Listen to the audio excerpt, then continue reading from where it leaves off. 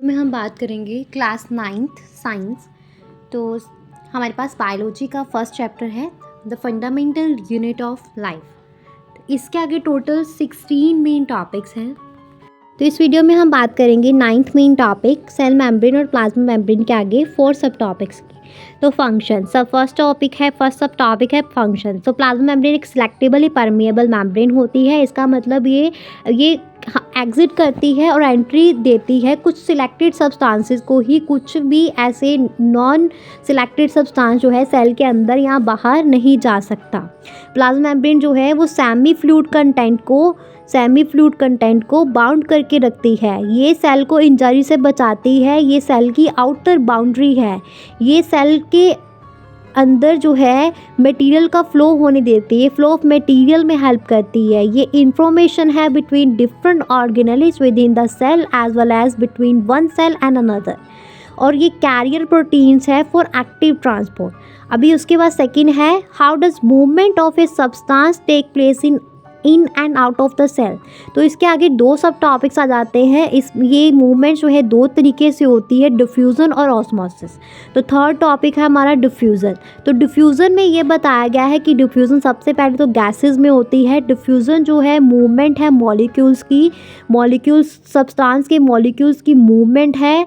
जैसे जहाँ पे बहुत ज़्यादा हाई टू लो बाहर ज़्यादा है, जैसे सेल के बाहर ज़्यादा है मटेरियल तो सेल के बाहर से अंदर की तरफ जाएगा, higher concentration to lower concentration. इसके आगे एक सब टॉपिक है इंपॉर्टेंस ऑफ डिफ्यूज़न। डिफ्यूज़न बहुत इंपॉर्टेंट रोल प्ले करता है gases exchange between the cell as well as between the cell and its outside environment. जैसे अगर सेल के बाहर गैसेस की क्वांटिटी ज़्यादा है तो सेल के अंदर कम है तो बाहर से अंदर की तरफ जाएगी गैस। और अगर गैस की क्वांटिटी अंदर ज़्यादा है बाहर कम है इन्वायरमेंट में तो सेल के अंदर से बाहर की तरफ जाएगी गैस। क्लियर है। और इसका मतलब ये है कि मूवमेंट जो है आयंस की मॉलिक्यूल्स की थ्रू आउट द प्रोटोप्लास्ट।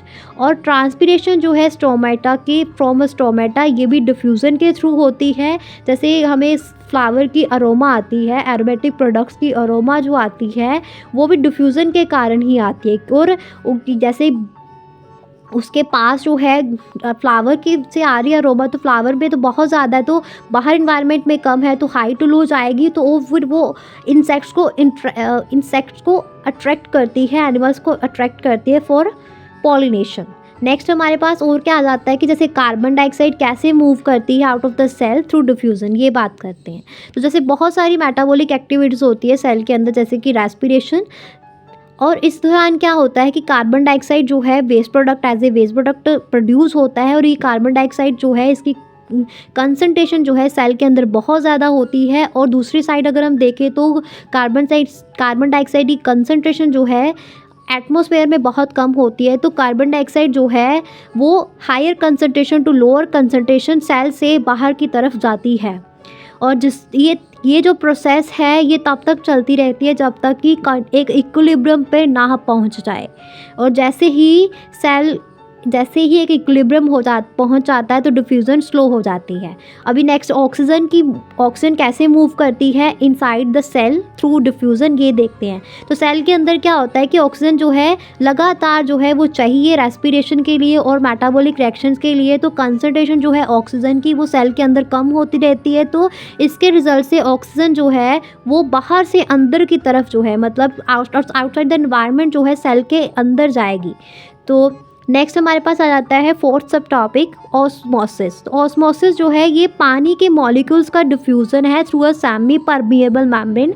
और ये भी higher concentration to lower concentration होता है। दूसरे शब्दों में हम ये बोल सकते हैं कि ऑस्मोसिस जो है डिफ्यूज़न है वाटर का फ्रॉम इट्स प्योर स्टेट और dilution state into a stronger और concentrated solution through a semi permeable membrane. Importance of osmosis इसके आगे फर्दर सब टॉपिक है। तो पानी के जैसे रूट्स में पानी जो है मिट्टी में से पानी जो है रूट्स तक ऑस्मोसिस के थ्रू जाता है। सेल से सेल की मूवमेंट जो है cell to cell movement of water जो है ऑस्मोसिस के थ्रू होती है। लिविंग सेल्स जो हैं वो टर्जिड जो है बाय ऑस्मोसिस रहते हैं। स्टोमेटा की जो ओपनिंग और क्लोजिंग है वो जो है गार्ड सेल में ऑस्मोटिक प्रेशर की बढ़ने या कम होने के कारण ही स्टोमेटा की ओपनिंग और क्लोजिंग होती है। अभी फिर से एक बार इनको समझ लेते हैं। डिफ्यूज़न जो है मूवमेंट है मॉलिक्यूल्स की, आयंस की, सब्सटेंसेस की from a higher concentration to lower concentration. Osmosis जो है वो क्या है, वाटर मॉलिक्यूल्स की मूवमेंट है, जैसे डाइल्यूट सोल्यूशन से concentrated dilute solution to a concentrated solution, और ये जो है एक सेमी परमिएबल मेम्ब्रेन के थ्रू होता है। और नेक्स्ट हमारे पास आता है डिफ्यूज़न जो है, डिफ्यूज़न जो है सॉलिड्स में, लिक्विड में, गैसेस में होती है, जबकि ऑस्मोसिस जो है वो सिर्फ लिक्विड मीडियम में होती है। डिफ्यूज़न को कोई भी मीडियम नहीं चाहिए होता है, मतलब उसको कोई भी उसको कोई भी सेमी परमिएबल मेम्ब्रेन नहीं चाहिए होती है। ऑस्मोसिस को जो है सेमी परमिएबल मेम्ब्रेन चाहिए होती है। डिफ्यूज़न एक रैपिड प्रोसेस है गैसेस में और स्लो प्रोसेस है इन लिक्विड्स। ऑस्मोसिस जो है एक स्लो प्रोसेस है। डिफ्यूज़न जो है ये इक्वलाइज करता है concentration of the diffusing substances on the two sides of the system, जबकि ऑस्मोसिस जो है कोई इक्वलाइजिंग नहीं करता कंसंट्रेशन ऑफ द सॉल्वेंट की on the two sides of the system. तो यहाँ पे हमारा जो है 9th मेन टॉपिक फिनिश होता है।